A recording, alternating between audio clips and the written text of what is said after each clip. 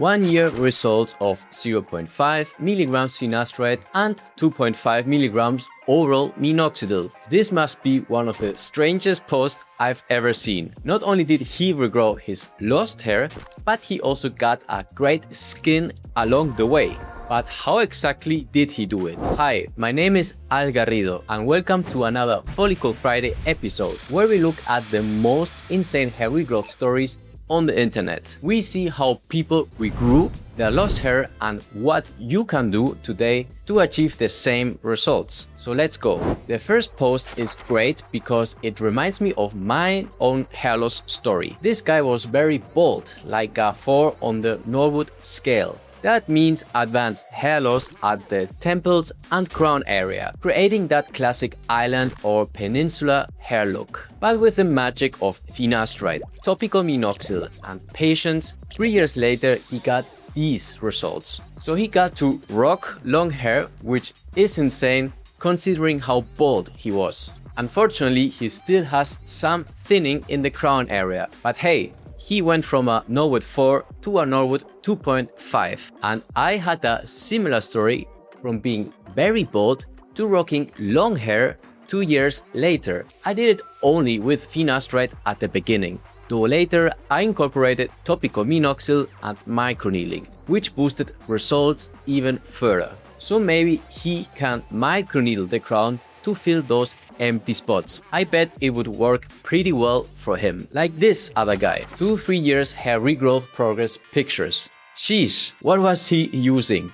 He says that in the first year he was on topical finasteride with minoxidil, but then he transitioned to the oral finasteride pill, which is very smart. I think that the oral finasteride pill combined with topical minoxidil is the best treatment combination you can use today. Even better if topical minoxidil is combined with a microneedling device, such as a Derma stamp, in order to open microchannels in your skin that allow the minoxidil to penetrate the skin and reach the follicles more efficiently. That combination can do wonders, like for the next guy, who was using exactly that routine. As you can see, the lost hairline is recovered within only 4 months, which makes it possible only with the help of a microneedling device. Without one, the hair results are not only less impactful, but also much slower.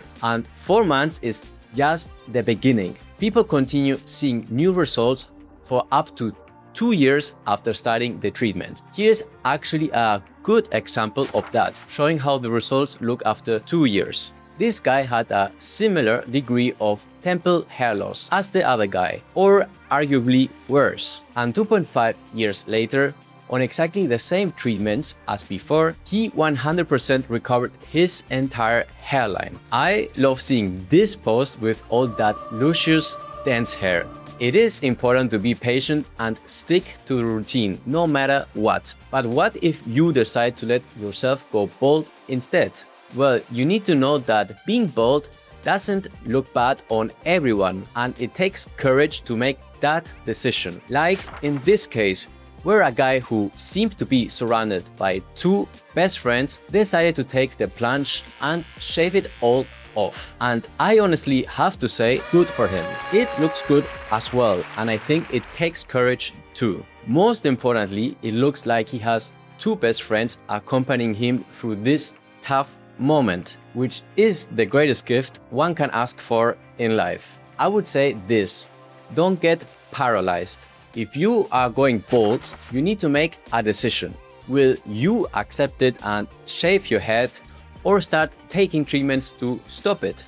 The reason I say this is because the worst thing you could do is be in denial and avoid doing something about it. The sooner you start hair loss treatments, the better your results will be. And if you do nothing, you will possibly end up regretting it for the rest of your life. Even worse, you could end up doing something you did not plan on doing, like getting a hair transplant that does not really fulfill your expectations. Like here, this guy went the hair transplant route, and this was a guy who was super bald. 6,000 grafts, and 6 months later, these were his results. This is not to mock his decision or results, but I truly think he looked better before, without hair, than with the hair transplant. And the reason for this is that his hair does not look natural, in my opinion. It is much better to treat it with finasteride, minoxidil, and microneedling and recover your true natural hair, at least as much as possible. This, for example, was a case that blew my mind. 2 years on dutasteride only. I think the decision is clear for most people, but I will leave it up to you. At last, to finish it off, let's go back to the first post. How exactly did he recover his lost hair?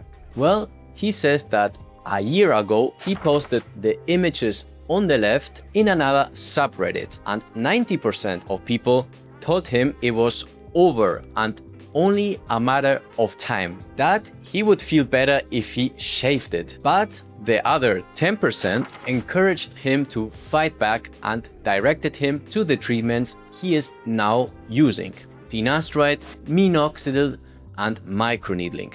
Needless to say, he did well to do his own research instead of listening to the crowd and moving forward with recovering his hair. If you want to check out the treatments these people were using and where to find them, I will leave a link down below in the description. Thanks for watching. Tell me, what were your results with these treatments? Or did you decide to shave your head instead? Write it down in the comments below. Until next time, I wish you a happy hair journey. Bye.